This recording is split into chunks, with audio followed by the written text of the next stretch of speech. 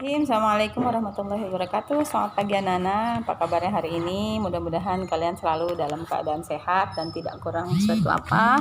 Jangan lupa pakai masker. Anak-anakku masih di tema yang sama, yaitu tema 7 kepemimpinan dan subtema 2 pemimpin idolaku, dan di pembelajaran 5. Oke, sebelum belajar mari kita berdoa bersama. Mudah-mudahan ilmu yang kita pelajari pada hari ini dapat bermanfaat dunia dan akhirat. Berdoa mulai. Bismillahirrahmanirrahim. Rabbi jidna ilman warzuqni fahman birahmatika ya rahman rahimin. Rabbi shrah li sadri wa yassir li amri wahlul 'uqdatam min lisani yafqahu qawli. Amin ya rabbal alamin. Oke. Baiklah. Teteh enggak amin. Amin teh. Bismillahirrahmanirrahim. Baiklah, di pembelajaran 5 kali ini yaitu muatannya ada 3 seperti biasanya, yaitu PPKN 1, menganalisis penerapan nilai-nilai Pancasila dalam kehidupan sehari-hari, SBDP yaitu memahami interval nada, yang ketiganya bahasa Indonesia itu menganalisis isi teks pidato yang didengar dan dibaca. Oke. Tujuan pembelajarannya pada hari ini yaitu melalui kegiatan mengamati, siswa dapat menjelaskan unsur-unsur tari dengan benar. Melalui kegiatan pengamatan, siswa dapat mengidentifikasi keunikan unsur-unsur sebuah tarian dengan baik. Yang ketiga, melalui kegiatan berdiskusi, siswa dapat contoh-contoh penerapan nilai persatuan dan kesatuan dengan benar. Yang keempat, melalui praktik, siswa dapat membuat teks pidato dengan baik. Baiklah, Ibu baca ya. Yang pertama, sini. Ada siapa ini? Ada siapa, anak-anak?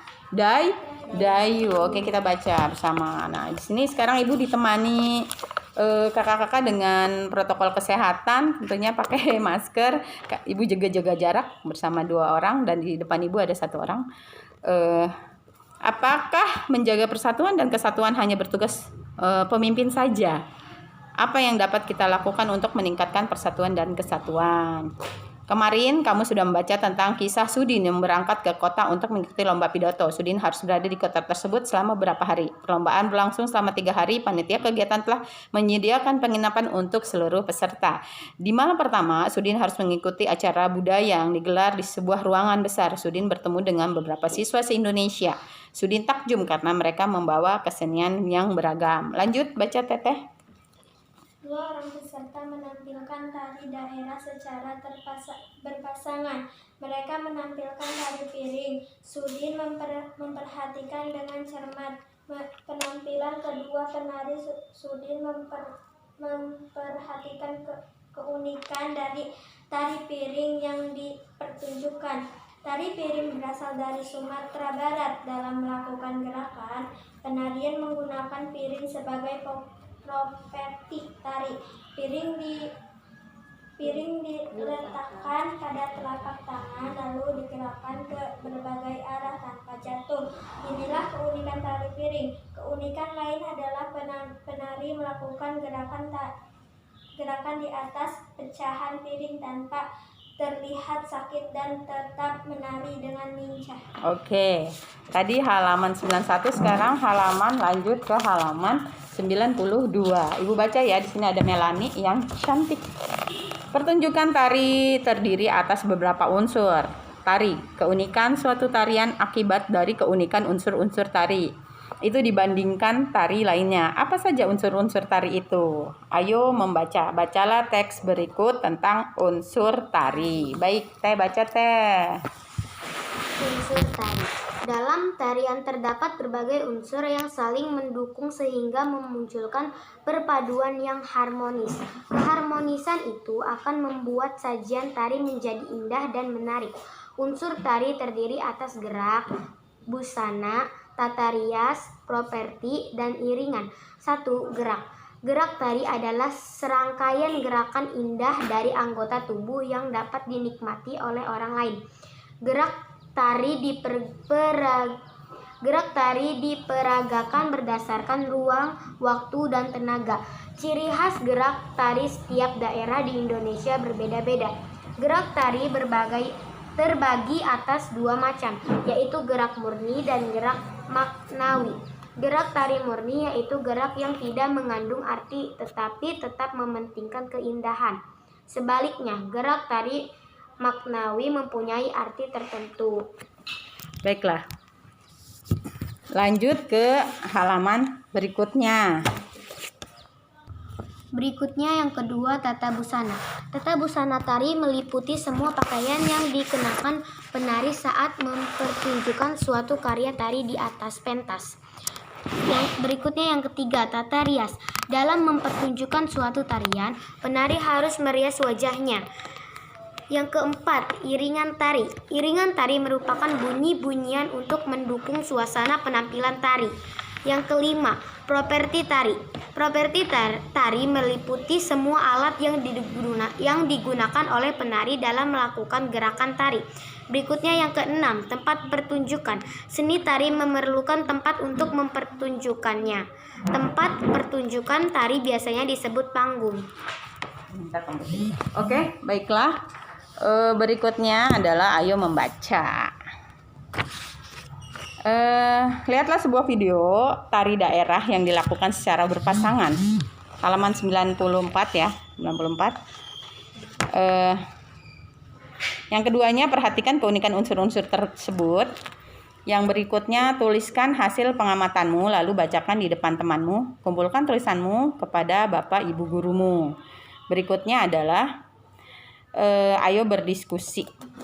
Semangat bermusyawarah untuk mufakat yang telah dilakukan oleh warga sekolah Sudin merupakan pencerminan dari pengawalan sila keempat Pancasila, yaitu kerakyatan, teruskan? Yang dipimpin oleh hikmat kebijaksanaan dalam pemusyawaratan perwakilan. Dalam kelompokmu, ayo sampaikan contoh-contoh kegiatan bermusyawarah di lingkungan sekitarmu. Tuliskan hasil diskusi dalam bentuk tabel sebagai berikut. Nah, di sini ada tabelnya. Anak-anak, oke. Yang pertama adalah semangat kekeluargaan, bermusyawarah, gotong royong. Oke, lanjut ke halaman berikutnya ada.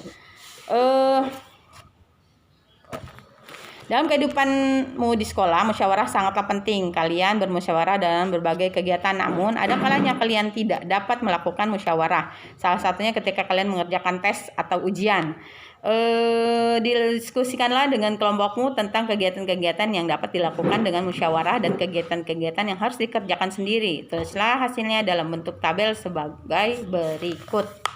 Ada tabel, ada dua ya, kanan dan kiri. Yang pertama tabel kegiatan yang dilakukan dengan musyawarah, yang kedua kegiatan yang tidak dapat dilakukan dengan bermusyawarah. Sekarang ayo membaca. Simak contoh berikut. Bacalah teks di bawah ini bersama temanmu. Ikutilah instruksi gurumu saat membaca teks ini. Silakan Teh dibaca. Pemimpin idola, pemimpin yang jujur.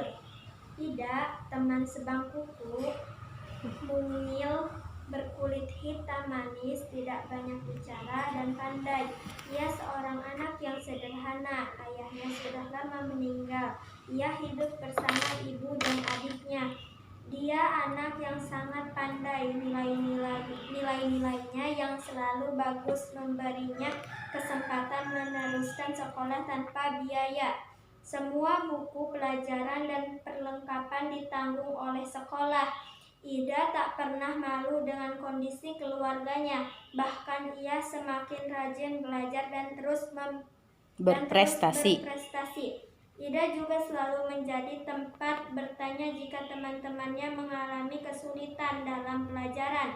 Teman-teman memilih Ida sebagai ketua kelas, pandai, tenang, dapat berkomunikasi dengan baik, serta mampu menjaga ketertiban kelas menjadi modal utamanya. Oke, lanjut ke halaman berikut. Ibu yang baca ya. Hari ini Ibu Tati mengingatkan tentang ulangan matematika. Sebagian siswa tidak siap, termasuk Gugut si jagoan bola yang duduk di belakang kami. Waduh, saya belum belajar Bu kemarin. Saya seharian bermain bola sampai sore. Pulang ke rumah langsung tidur Bu, protesnya. Ulangan tetap berlangsung. Gugut resah. Ia menengok ke kiri dan ke kanan. Tiba-tiba ditendangnya kursi Ida dari belakang. Shh, Ida, bantu aku dong. Geser sedikit ke kiri agar aku bisa melihat jawaban di kertas ulanganmu, pinta Gugut. Ida tak bergeming, ia hanya menggelengkan kepala pelan-pelan. Tanpa menengok ke belakang, Gugut mengganggunya lagi. Ayo dong, Dak, sekali ini saja. Nanti aku beri kamu uang 10.000 rupiah. Kamu bisa jajan kue di kantin, rayunya. Gugut tahu benar ia tidak pernah jajan di kantin. Ibunya tidak memberinya bekal uang jajan. Ida selalu membawa sebungkus nasi dan lauk dari rumah. Namun di luar Dugaan Gugut, ia tidak terusik. Sekali lagi ia menggelengkan pelan sampai waktu berakhir. Gugut terpaksa menyerahkan kertas ulangannya dengan lunglai. Pada waktu istirahat ia menghampiri Gugut. Maaf ya Gugut, aku bukan tidak ingin membantumu. Menyontek dan memberi contekan kepada teman adalah perbuatan yang tidak jujur. Bahkan perbuatan tersebut bisa dianggap sebagai korupsi kecil-kecilan. Katanya kepada Gugut. Ah Ida, masa nyontek sekali aja dianggap korupsi? Setauku korupsi nilainya miliaran dan hanya dilakukan oleh pejabat berkuasa, kata Gugut. Gugut, justru kita harus melatih diri. Korupsi dan menyontek sama-sama mengambil hak orang lain. Bernilai kecil atau besar, tetap saja tidak jujur. Kita membiasakan diri bertindak laku lurus. Mudah-mudahan ketika besar nanti kita tidak akan tergoda untuk melakukan korupsi dalam bentuk apapun. Ida menambahkan dengan panjang lebar. Aku dan teman-teman sekelas yang ikut mendengarkan percakapan Ida dan Gugut terdiam setuju. Memang tidak salah kami memilih Ida sebagai pemimpin di kelas. Tidak sekedar pandai, ia juga patut dijadikan teladan. Bagaimana dengan kalian? Apakah setuju dengan Ida?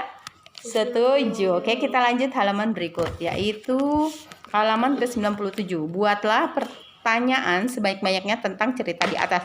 Berikan pertanyaanmu kepada teman-teman di sebelahmu untuk dijawab.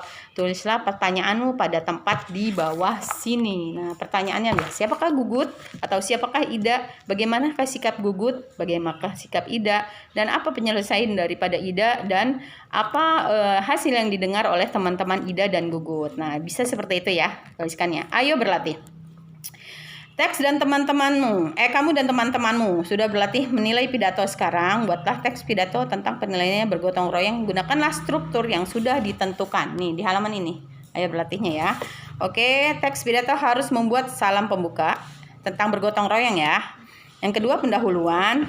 Yang ketiga, inti. Yang keempat, keterangan lengkap tentang topik yang disampaikan secara rinci.